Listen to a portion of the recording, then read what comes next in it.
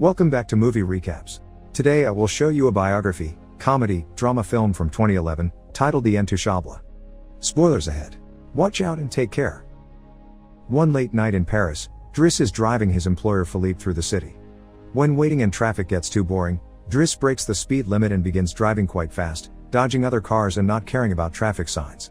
This causes the police to go after him, and Driss bets €100 that he can lose them, but after driving under a bridge, the cops catch up by ambushing them from both sides. Driss doesn't look too worried though, and this time, he bets €200 that he can get them an escort.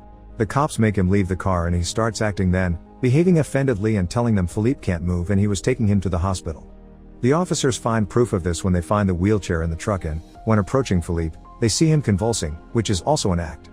Seeing as it's an emergency, the cops forgive Driss for breaking the speed limit and offer themselves as escorts on his way to the hospital.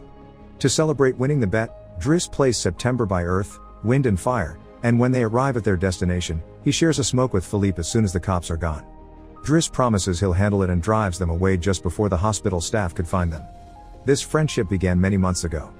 Philippe and his assistant Magali are holding interviews to find a new caretaker for him, but it isn't going too well, because all applicants have very standard or awkward answers to their interview questions.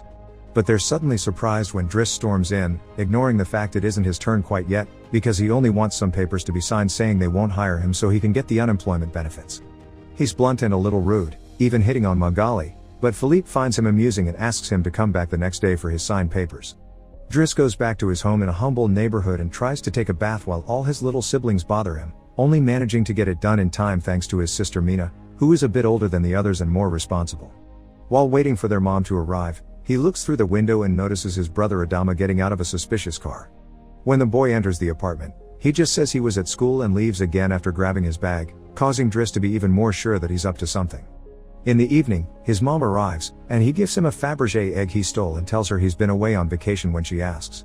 She isn't happy to see him though, because he disappeared for 6 months and never called, and now he's shown up out of nowhere as if her home was a hotel. As she's absolutely done with all his lies and she has other children she has to take care of, she kicks him out and tells him not to come back.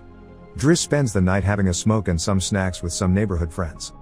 The next day, Driss goes back to Philippe's house for his papers, and he's received by the housekeeper Yvonne, who shows him around the place and tells him about Philippe's daily routine. She also shows him the room he would get for himself with his very own bathroom. Driss can't help staring at the bathtub before he's dragged to see Philippe, who offers the signed sheet of paper but also a job opportunity. Driss accepts the 1-month trial, and Philippe tells him he bets he won't last 2 weeks. After bringing his things to his room, Driss is taught how to take care of Philippe. He must learn how to keep his legs stimulated, how to put him in the wheelchair, how to help him shower and